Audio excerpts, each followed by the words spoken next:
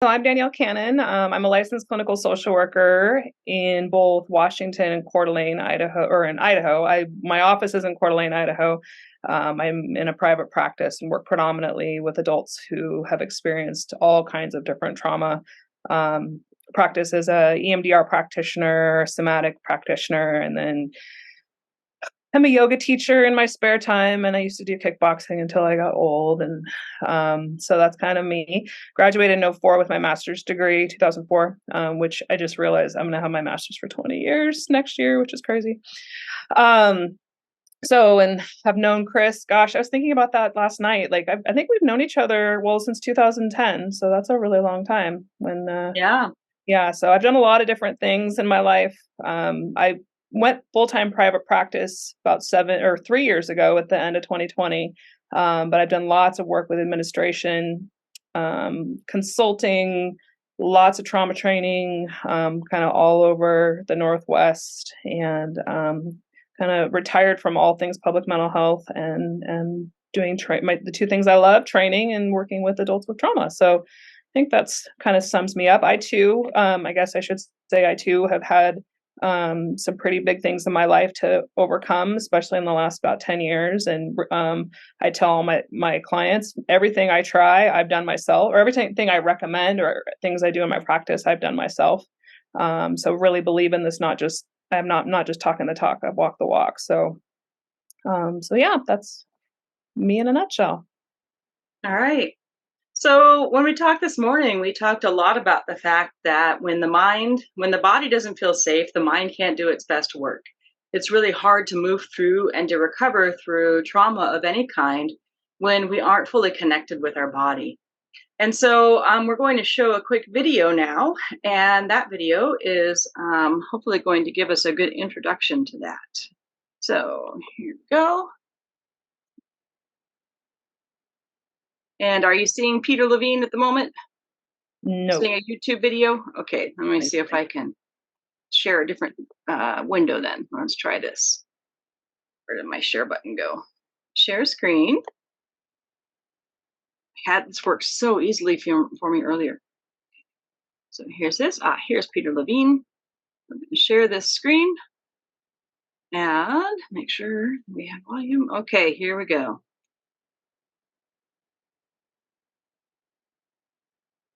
Have a prompt that I carry with me just for these reasons. And it kind of illustrates what happens in trauma. Okay. This represents our energy, our arousal level. And so we're just taking a walk and our energy is, basically moving like this up and down. If we're taking a run, there's more movement in our energy.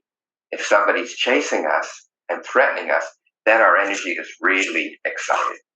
Now, what happens in trauma is that we have this tremendous excitation, and then, boom, we're overwhelmed.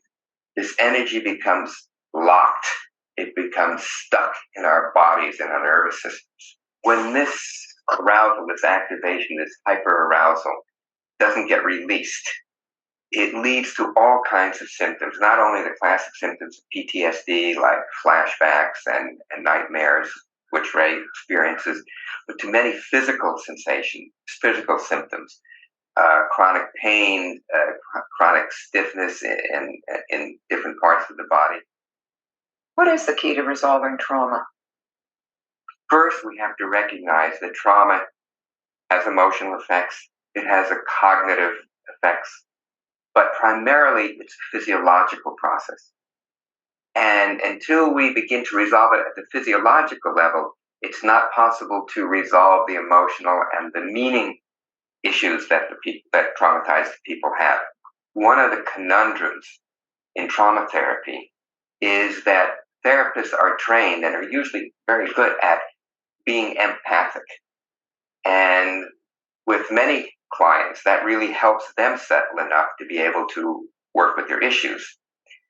When a person is deeply traumatized, the ability to read others' emotions by their faces and their postures is very much compromised, so that they're really not able to take into that the empathy. And often clients even feel like they've done something wrong because they're not able to take in that soothing, to take in the kindness of the therapist.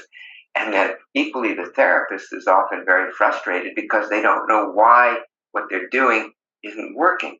The traumatized nervous system can't take too much activation, as I illustrated with the slinky, because they're overwhelmed. They're easily overwhelmed. So it has to be done one dose at a time, one small experiential quantum. And an analogy that I use is what happens when you take a strong acid and a base. If you put them together, there's a tremendous explosion. However, if you take one drop of the base and add it to the acid, there's a little bit of an Alka-Seltzer fizzle, and then it quiets down, and then another drop, and then finally it's neutralized. It's neutralized, but without the explosion.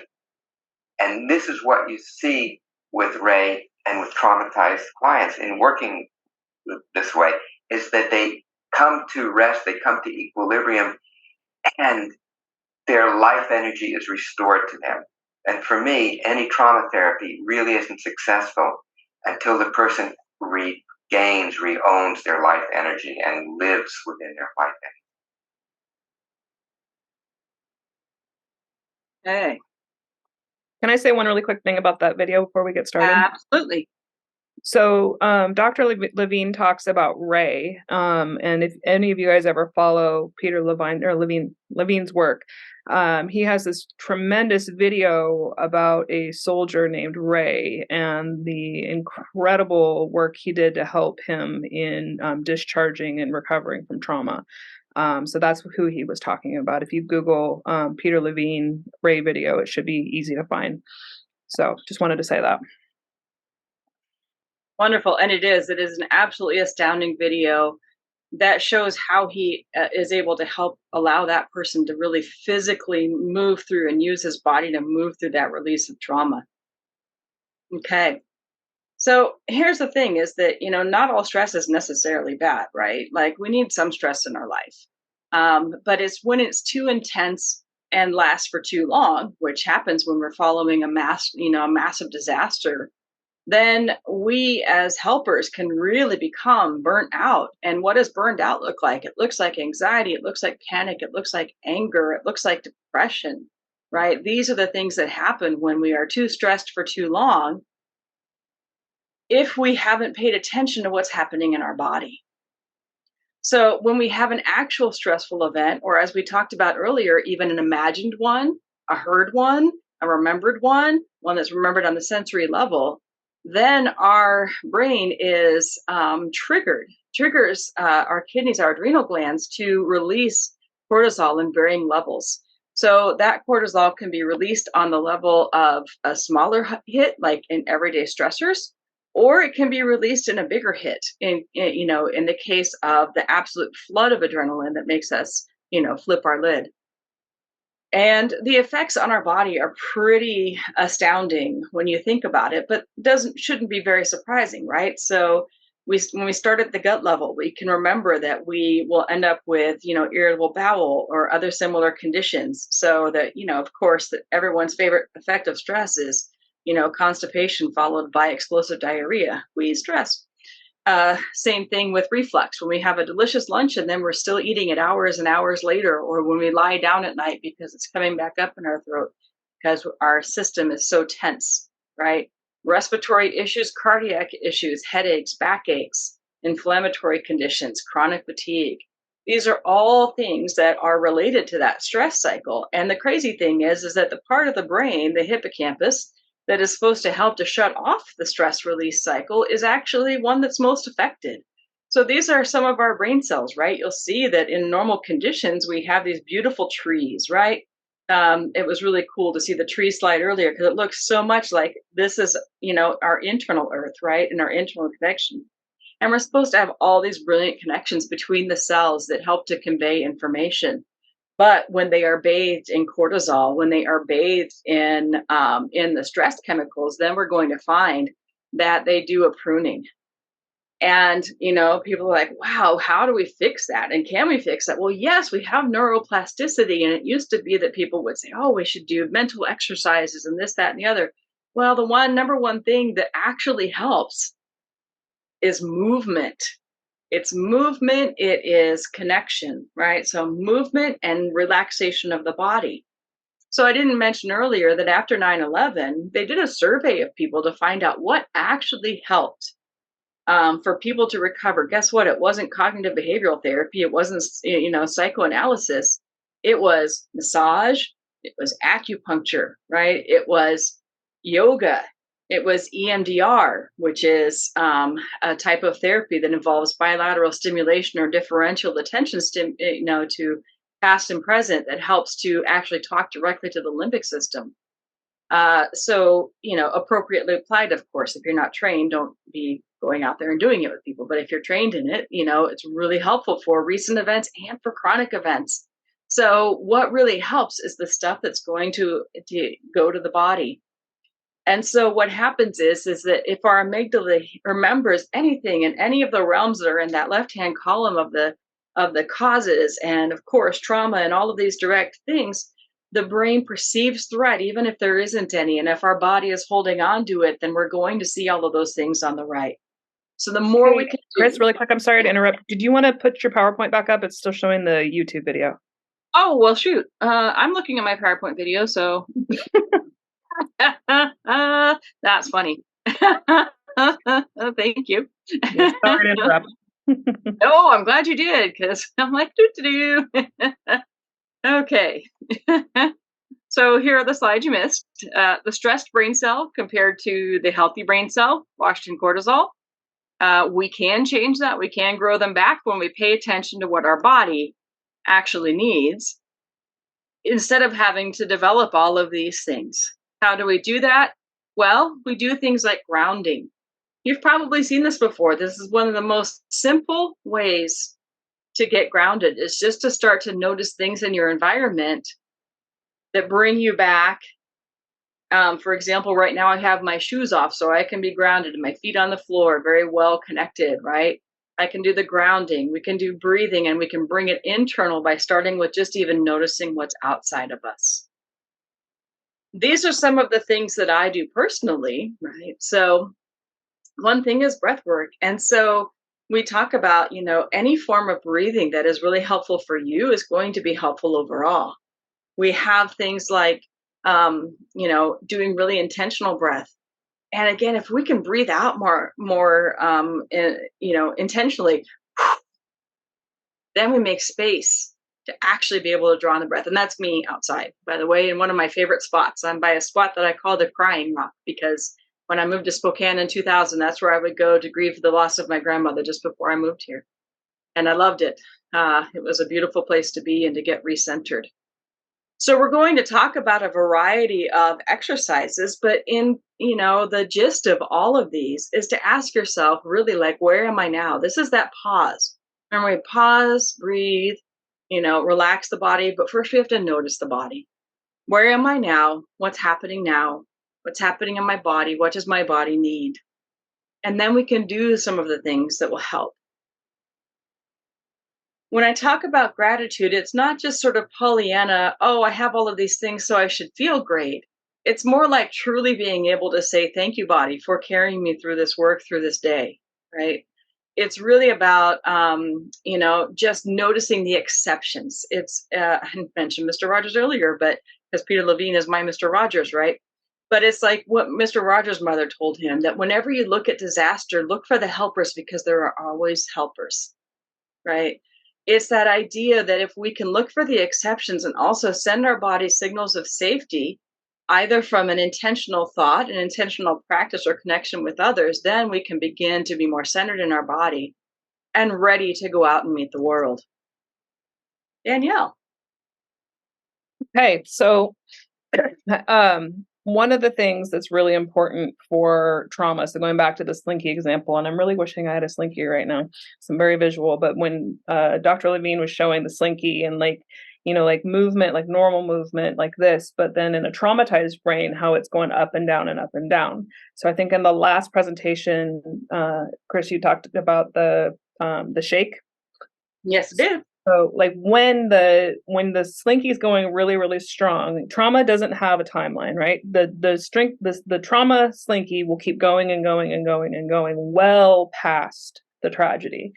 So it's really important to understand that how your brain is operating at that moment might be in a more trauma kind of lens. So as I describe it to people, like especially when I'm working with clients who are like in the middle of a panic attack, I want to talk to that emotional and that low part of that brain, that limbic system. But words don't work. Like doing a lot of cognitive therapy right after a big, disaster of any sort is really, really difficult because again, that excitation that's going on in the mind and body is so rampant. So it's like running from a bear way long after a bear had passed. So sensory resourcing is something I actually learned from one of my EMDR consultants, which is kind of the coolest thing ever, and it's not rocket science at all. But just as much as trauma comes in through all of our senses, our sight, our smell, our hearing, our touch, etc., we can also override that excitation by having like a sensory conversation.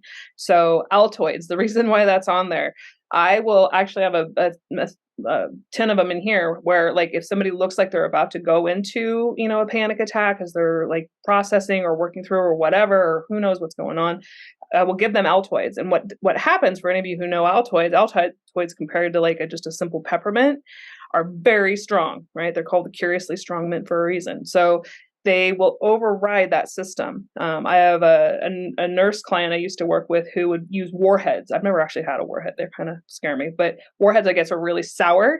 So again, it jars the system. It's a way to talk to the system, like, hey, hold on, there is no bear. So it instantly kind of moves things around. I put the Sour Patch Kids because that's more my speed, but down in the bottom corner. So anything again that has to jar the system.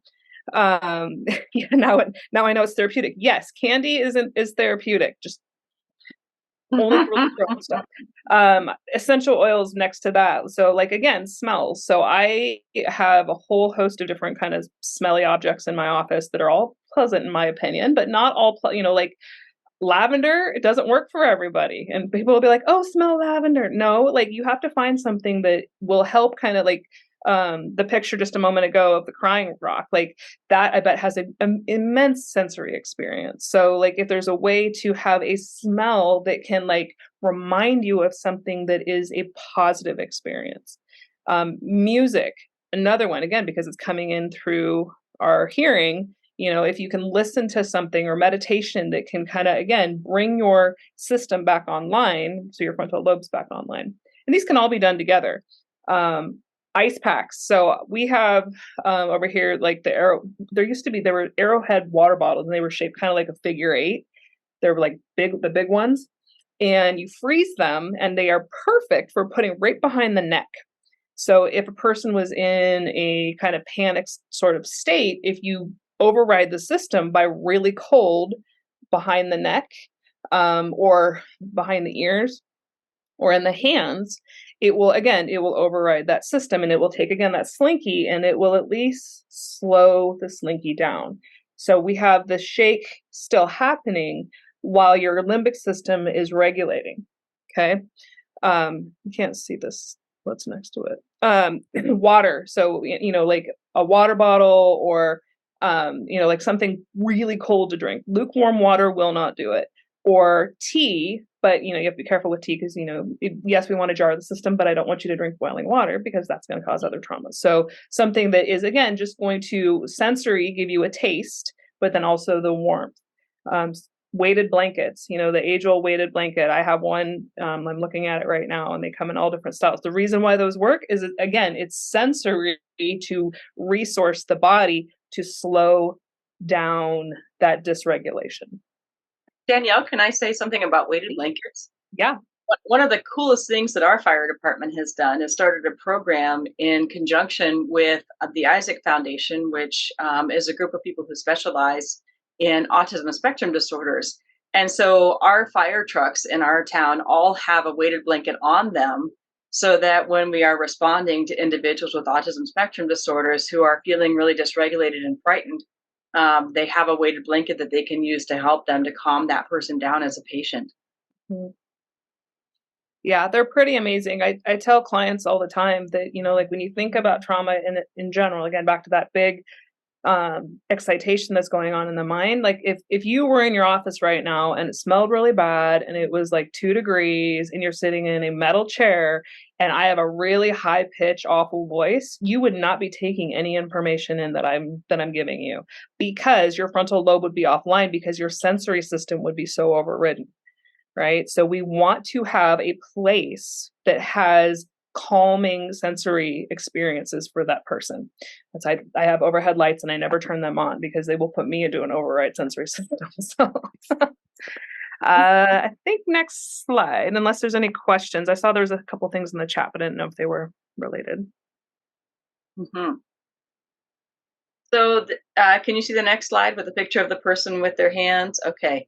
So we talked about this a little bit last time. And so Peter Levine, you can just Google this for yourself if you'd like. And the link is on the bottom and it's in the handouts that are uploaded. Again, he talks about ways that we can really start to self-regulate, particularly in times when we feel isolated from others, but when we're trying to co-regulate and be with someone else and be in their space, we can utilize very simple procedures just to be able to help us to calm.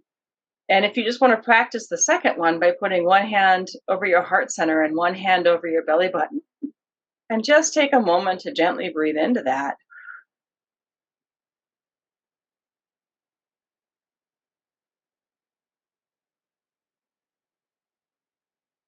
You'll see that it's so much like giving yourself a hug. And I can't tell you how many times a week, every week, just by doing this, one of my emergency responders or other providers that I work with says, "Oh my gosh, I never realized that I could give to myself what I never got as a child," right? Or wouldn't allow myself to have when I felt like it wasn't okay to have emotions and I didn't feel like I could be vulnerable. So you may want to take a look at that. Any thoughts about that, Danielle, before we move to the next slide? No, I think, well, other than just, the idea of giving yourself a hug or getting a hug is a regulatory kind of thing. It's a self-regulation, or if you're hugging somebody, you're, again, sensory. We want to slow down that excitation. We are working on helping to regulate them. The one thing I think that's hard, and I see this with a lot of people I work with who have a lot of trauma, is if they were not hugged a lot as a child or didn't have a lot of nurturing, the idea of hugging creates kind of the opposite effect. And so teaching people how to self-regulate with their senses, with their own body, is such a rewarding part of healing through trauma. Because then, the hope is that we can then help them learn how to ask for that from other people or to get it from animals. I think animals are a huge part of that kind of like co-regulation. So Absolutely. And so Stephen Porges, the polyvagal theorist, his wife, actually, her field of study is oxytocin. And so what we know to be true in our own lives of petting an animal, helping to create a sense of safety, is actually biologically validated by the fact that when we pet an animal, it's not just them that has a release of oxytocin, which is the connecting, grounding, secure hormone. It's actually us as well. So, yeah, pet a dog, cat, peacock, I don't care. lizard. A lizard, yes, exactly. I have a lizard that I like, a bearded dragon that likes to be pet. So when we talk again about these sensory things, we're talking about the fact that there are many ways that we can actually move our body and prepare it for rest. And so earlier, when we talked about the fact that there's sort of this window of tolerance, I want you to keep in mind that even though this video is called 6 Movements to Prepare the Body for Rest, the truth is that these are 6 movements that can get the body back into the window of tolerance, that ventral vagal place, where we're not in that super stretched, slinky state, and we're also not in the shut down dorsal vagal state where we are frozen, we are immobile, we don't feel like we have agency over ourselves or our lives. Doing something as simple as these exercises, while they can calm you down to help you to be able to rest they can also bring you up and out of that shut down dorsal state and back into the present, where you can have access to your cognitions, you can have access to your options, you can have access to the ability to connect, because that's really the central thing, right? That trauma takes away from us, when it's complex trauma especially. But when we shut down and we have a hard time letting that go, these are some ways to quickly open up. So now I'm going to stop sharing this screen, because I learned from the last time that I have to stop and then try again to get it to go to the right place. So let me see here. I need to first pull this up. Okay, and I'm going to go to there. Okay, now we're here. Do I have the one I want yet? Yes, here it is. Yay! I'm getting more proficient at Zoom every day. That's fantastic. Okay, here we go. And this will stay small because it's Instagram.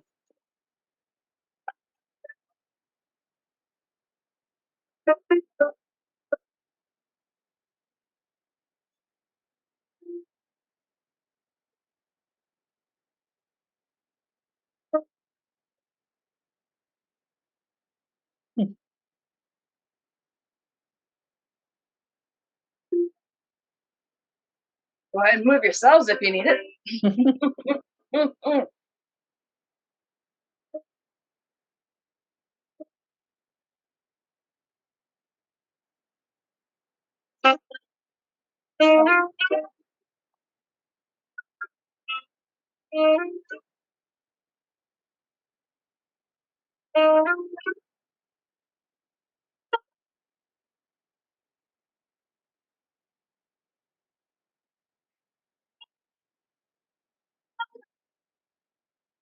Okay, stop share on that. And we're going to come back to the PowerPoint. I've just got a couple of things to say about that one once I find the PowerPoint. Here we go. Yay! I did it all by myself. Yay, good job. Yeah. Okay, so in that video, one of the things that you saw was the bit of rocking. And so his style of rocking isn't one that usually is one that I would use. So here's me. My chair actually rocks. That's one of my favorite things to do, right? Because for me, this is so soothing. And so we had a murder-suicide. I'm going to tell you a story about when this really came in handy, this particular intervention. We had a murder-suicide at a local hospital, Deaconess.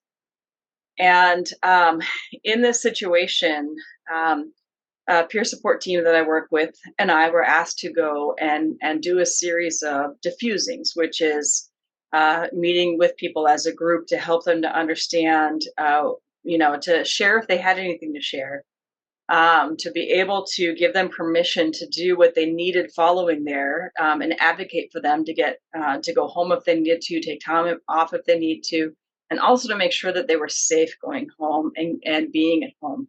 Because many times in the wake of disaster, we don't want people behind the wheel, right? So, doing a bit of an assessment of people and also giving them tools and coping resources that they could refer to and remember as the evening went on. Well, the nurse, there was a nurse who actually, it was her best friend who was shot. And then the person who shot her, that person's significant other, then looked this nurse in the eyes while he was shooting himself. And so she was in a very, very bad way. And so when she went home, she realized that her boyfriend was still like an hour out from being out. First of all, the place where she worked wanted her to stay at work. And I said no, because sometimes the best work we can do is just advocate for people's needs. But then, she called me because she's in a panic attack. And I said, oh my gosh, of course, and I said, well, how far is? And I said, well, let's not even talk about that because you can barely breathe right now. I said, what I would like you to do, I would like you to go to and find whatever pillow you can find that or stuffed animal that you can hold to your center. And then I want you to get down in the fetal position, and rock. And we're just going to rock for a little while until you can breathe. You wouldn't think that would be such a powerful intervention. but she was able to breathe. And then we did the grounding exercise. Okay, can you tell me 3 or 4 things? Just tell me something that you can see around you. Oh, you see this cute little picture of an owl. Great. Oh, you see this picture in this dresser back here. Okay, tell me what else you see around you. And we started to get her grounded and back into her center so that then we could talk about resourcing. Okay, who's there with you? No one. That's right. Your boyfriend's coming home. How long is that? Can we find someone else? Is there anyone nearby that we could call or that I could call for you or conference in so that we can get someone to you faster so that you're not alone on this horrible, horrible occasion? This is a tough thing to be in, right?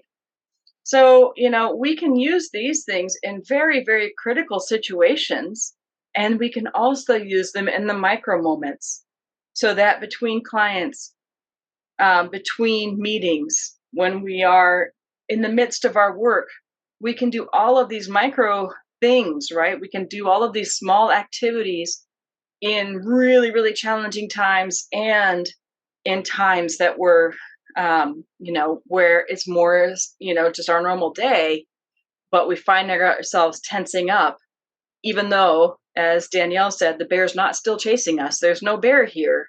It just feels tense because of our past prior learning, like it said in that other slide. So when we can just remember that all of these tools are available to us and they start with something as simple as a little movement, a little music, a little rocking, a little anything, any bodily input that helps us to feel comfort and safety, a little ice to wake back up, splash that cold water on our face, right? Do whatever the thing is that we need that can interrupt that cycle and get us ready to be in a grounded and centered place in control of ourselves. Okay, I'm going to go ahead and hopefully go back to, thought I was sharing the PowerPoint, so I'm going to. Sure. Oh, I was? Oh, okay. I don't know, it disappeared. So I probably just ran out of time. Okay, so we're going to go to the next slide right here. And here we go. And all right, and this is you, Danielle. Okay.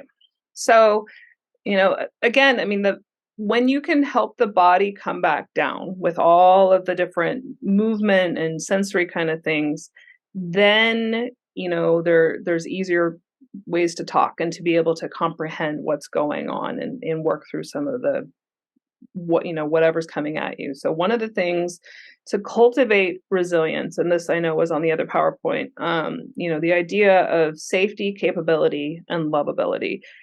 In order to find resilience, you have to have those as a foundation. It's really hard to feel safe, capable, or lovable if your slinky, so to speak, is doing this and still, actively living the trauma.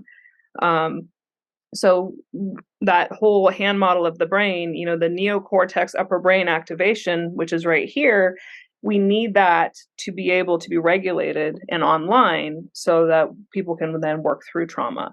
And the thing is there's no timeline for when everybody is different. Everyone comes into our lives with all kinds of different stories, whether it's an acute trauma or complex trauma or chronic trauma, historical trauma, generational trauma, all of the above. People are all coming in with different things. And so, if we can clue in to, okay, let's not start with talking. Let's start with just regulating or having a disconfirming experience, which is what my other consultant calls it. Where being with a helper, you can disconfirm the trauma just by nature of, your presence, how your office is, helping to see, is their brain online? I mean, this is like a constant thing every hour of every day. Like, okay, what are they coming in with? How am I going to help? And it might literally be giving them Altoids and working on breath for an hour, which might sound really weird, but I've done that before. So helping them learn how to soothe, not stuff. We live in a culture where, it's like, oh, just pick up and move on, pick yourself up by the bootstraps, all the other sayings that I don't like to think about that just drive me crazy. Like, you just got to keep moving. That doesn't work. Again, the idea of the slinky keeps going because there hasn't been any way to outlet or to move it on. So even if you're stuffing it, sucking it up, that's another one that drives me crazy. Like, if you're doing that sort of behavior, all you're doing is storing it. So then it just, it compacts and compacts. And like Chris was talking earlier about like physiologically what happens to our bodies, the amount of people who, have so many autoimmune disorders and IBS issues and, uh, acid reflux. I see that all the time. Migraines. I see that TMJ.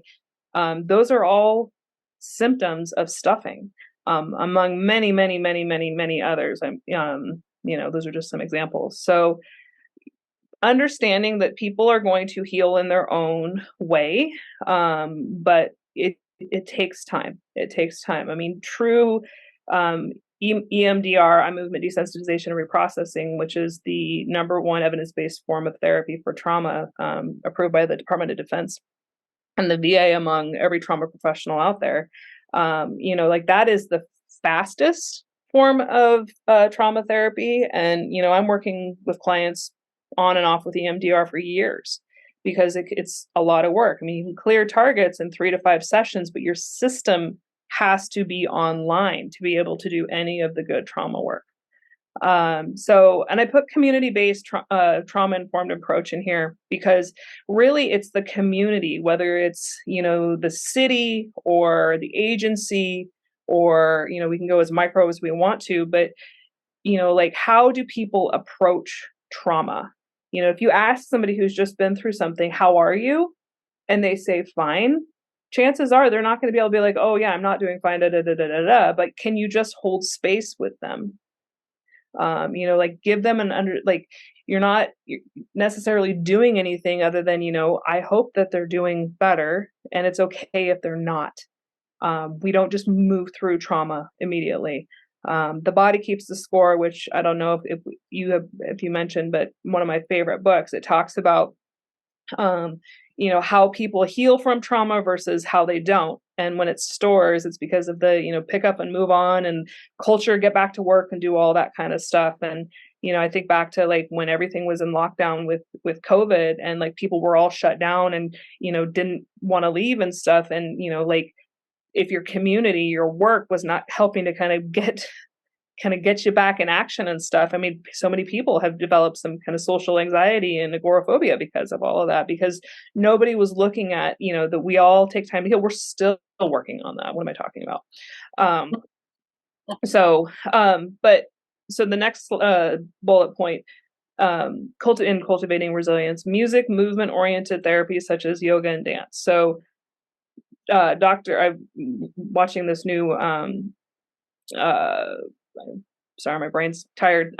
This new training from Peter Levine about it's a somatic experiencing video, and he was talking about like getting your cerebellum moving.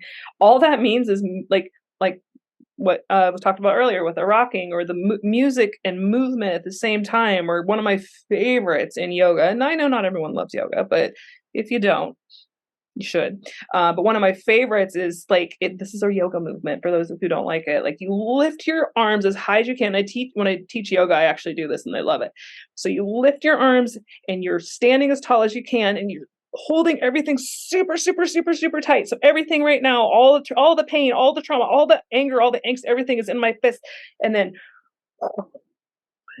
that was really dramatic on the screen, but that's what it feels like, where you're washing it away, and you will see people have a palpable change in affect, even if they're just coming to Danielle's random yoga class on a Saturday. You lift up and just hold, and then when you do that like 3 or 4 times, make sure you're not going to hit anybody or anything, but you're just releasing. You're giving your limbic system a chance to have a nice, like I like the term, the micro movement. To just release. But there's trauma-informed yoga that's amazing as long as it's been trained by a professional. And the idea is like you're moving. So if you're holding a lot of energy stuck, like right in here, a lot of people hold a lot of trauma in here because this is such an emotional center. Like if we're opening up the throat, if we're opening up the heart, I use straps. And I'll make people just kind of do this and a big yawn and then back. You're helping to bring that system down.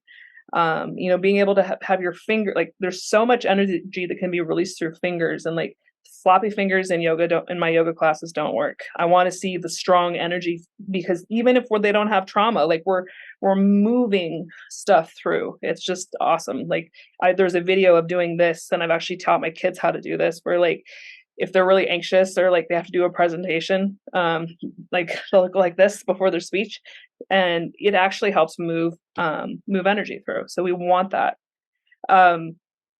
Throat movements, such as back to the breath work from the other slide. One of my favorite breaths in the world is lion's breath. I'm not going to do it for you. You can Google it because I'll look crazy. But it's a guttural breath. I swear it comes from like your belly button, and it's a growly, spitty, nasty breath, and it looks crazy, but it is the biggest release. It's one of my favorites. Or, being able to do like alternate nostril breathing that slows down the system, both what you're breathing in and then the touch of your fingers on your nose. So that's another really good one, alternate nose breathing. And then again, I know I've Add to already. that real quick, Oh, Danielle. please. Yeah. I forgot to share earlier a different breathing technique. So anybody who remembers when people would use a paper bag because they were hyperventilating, right? So one of the things that emergency responders will often do is use an empty syringe to help people to replicate that. And I realized we don't actually need anything, right? Because we can actually, as if we're holding a paper bag, I call it okay breathing. Okay breathing. The big thing with breathing, and the reason why, like with paper bag, like if you're not instructing somebody how to breathe, like when somebody's anxious and you're like, take a breath, and they're like, I am breathing, I'm breathing, like that's all up here. Like in chest breathing, all this is doing is activating your sympathetic nervous system. It's the breath that's making you need to run from a bear. So we need to bring the breath down to the belly. A couple ways that I've taught people how to do that. There's this really cute children's book called Breathe Like a Bear. And and I do this with adults, like blow out a candle. Like if you have, like, I'm old and I have a lot of candles, so I have to like take a big breath and then that requires a belly activation in the breath. Or blow the little dandelion tufts off, like the little white dandelion tufts. Like you just imagine it. And it might sound silly, but it's something that will actually slow down. The other one that I love, and this comes more from restorative yoga, is laying down. And then if you have a stuffed animal or a yoga block or doesn't really matter, just something light, watch your belly breathe up and down, because with the movement of whatever's on your belly, if you're breathing from your belly, the object will move. If you're breathing from your chest, it won't move. Yes, love that. Perfect little guy for that. I have little stuffed brains in my office. I'm not going to get up and get them, but I make people put the stuff, the anxious brain or the depressed brain on their belly, like little brain. So in the last bullet here, like I said, I've already said before, understanding that healing takes time. It's all on our own pace, and really understanding that, like the thing is if you're moving and you're, really working through some of this stuff, it's magnificent. I mean, I get tears in my eyes all the time when I think about people who've healed from trauma. I mean, just, unheard of things of all sorts. You can heal from it. It just takes time. If you're doing it on your own and your boss is telling you to get back to work, and, your spouse doesn't know what's going on, or you have angry neighbors or whatever, like it's really hard. So like if you have a tribe around you, like when I'm doing EMDR, I want people to bring or to make a group of people around them. It doesn't have to be big, but just people to understand that, like I just need people to co-regulate with me while I'm working through this. And that's not just, friends and family, but, practitioners too. We are part of that tribe. So, the saying in EMDR is trust the process. And if I had a nickel for every single time I say that during the day, where people are like, how long is this going to take? It's too long. It's too hard. Just trust the process. It's going to take as long as it's going to take. So that's what I got. Aha. Okay. So, we did so much better than I did earlier. I went a little bit over earlier. And so those are the NMR slides. And, there are so many things that you can look for out there. And one of them is when we're talking about trying to engage that parasympathetic nervous system, you can look up things like vagus nerve hacks, right? And they'll talk about like, massaging the ear because the vagus nerve runs right here. Here's this muscle, and if we have the music, it hits this muscle, then hits the vagus nerve, right? There's so many different ways that we can kind of hack that. But how do you know if you're getting back into a really good place? Well, one of those places is one of those ways is actually a yawn, right? So I was doing some trauma shakes with a client yesterday, and they couldn't stop yawning because it was the first time they were able to actually feel calm and safe. I will even have people who will go all of a sudden, oh, I'm so exhausted, and they just want to sleep. And sometimes after EMDR, people need to sleep for hours, right? We can Okay. do little things here. Just, imagine with our jaw connected there, how often you actually give that a break, right? How often, I don't know about you, but I have to wear a night guard. I'm a grinder, right? So, but I don't wear my night guard during the day. So it'd be nice if I could keep this a little bit looser and allow myself to be there. So yawning, sighing, having our stomach rumble, right? Those are all really good signs that, we're all taught, oh, hold it together. Don't let your stomach grumble when you're in. That's so ridiculous. Those are all the signs that say things are actually really good. People are calm. They're in a good place. They have access to their full resources of the brain, right? Calm doesn't mean dormant all the time. It can when you're trying to actually rest or sleep, but it really means that. And so the question to Eva is that, yes, the handouts, I uploaded those. The slides are uploaded already to the 2 sessions put together. Well, they're both, each one's connected with the session. So when you go onto your schedule, I think you can download the handouts there. So yeah, thank you. Deb says yes. And so, yeah, so, and the last thing is that, sleep is the most restorative thing that we can do besides exercise and movement for our body. So sleep is that time when our body gets into the deep sleep and then into the REM sleep. And that's where we process everything that happens during the day, and happens a lot during our REM sleep. And so, that's why our dreams are so confused. It's pulling parts of the day, parts of history. Again, the amygdala, that limbic system, doesn't know the difference between what's real and what's remembered and dream versus reality. But in that really deep sleep, it's very important as well. Because it's not that we stop thinking. It's not that we shut off during that time. That's when the janitors of the brain come out, right? Our astrocytes, our ogliocytes, they come out and they clean the trauma, they clean the toxins out of our brain and wash it out through our cerebrospinal fluid while we sleep, so that then we can get up, have a lovely glass of water, preferably before a coffee, but not necessarily for me, coffee first and always, but and then rinse that out through our system so that we can, whatever. So what if you are having sleep difficulties, use some of these movements, use guided meditation, talk to your doctor. You may need a sleep study. Apnea is way more common than you might think, and it keeps you constantly waking up so you don't get your deep sleep. So lots and lots of, possible interventions that we've talked about today. Danielle, should we open it up for questions?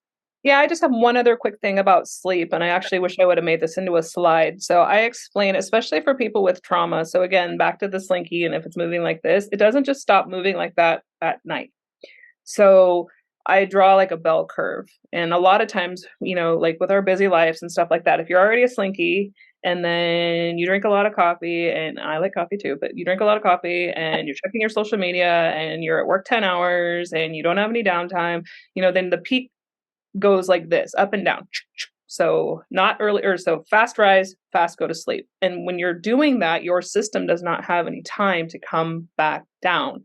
So people with trauma have a lot of trouble with sleep because their system is constantly going. And then, like there is no early to rise, which in a simple bell curve, early to rise, alert, and then, slowly allowing yourself to early to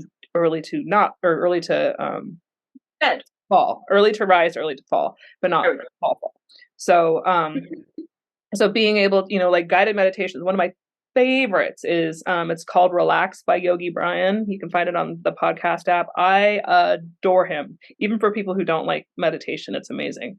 He has like 5 minute, he has driving meditations. He's got all kinds of things. Putting your phone away, staying away from screens, doing some reading with actual physical book, like stopping caffeine earlier. All of those and more can help. I mean, really just being mindful to create a good sleep hygiene to help that traumatized brain at least kind of slow down. So that's all I wanted to say. So yeah, let's open up for questions. Yeah, we have 7 minutes. So if you have questions, either just go ahead and unmute yourself if you have a question.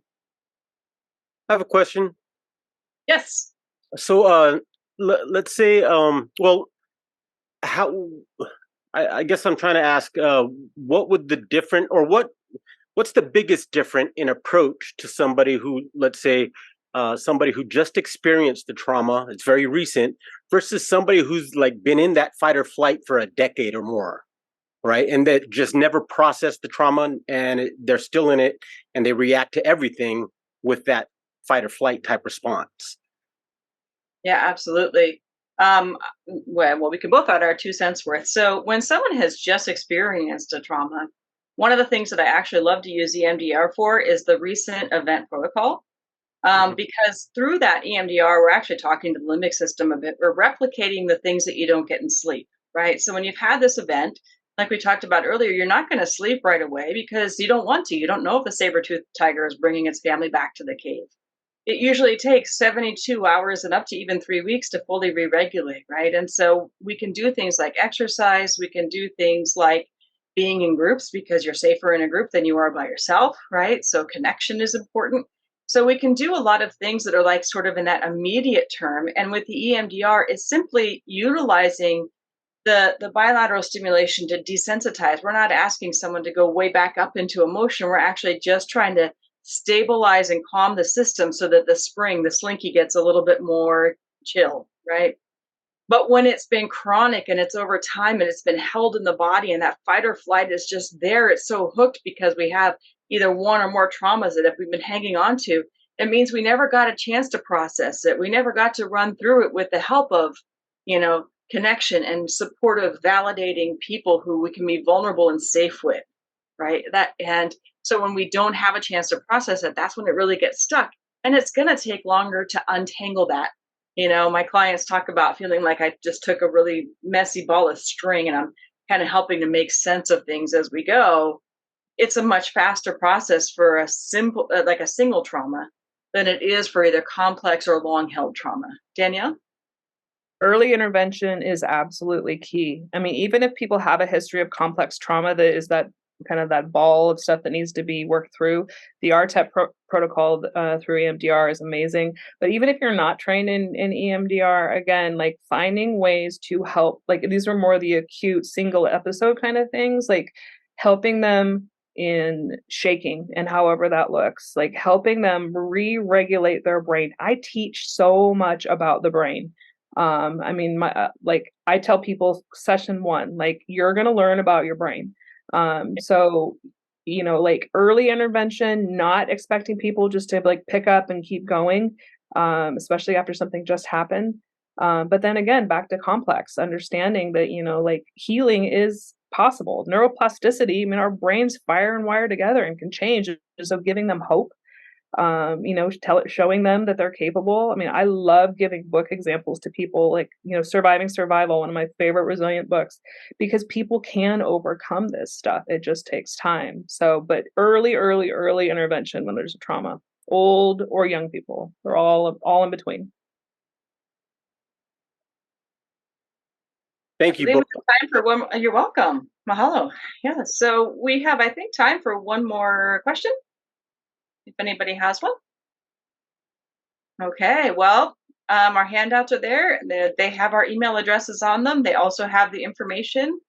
And again, we are just so honored to be asked to participate in this conference. I hope it's something that you learn from us and something that you learn in all of the other wonderful presentations that have been here today. Again, I've just been really, really honored and feel privileged to be here.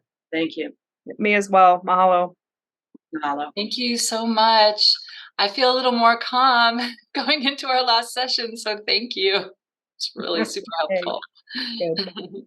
Aloha. Aloha.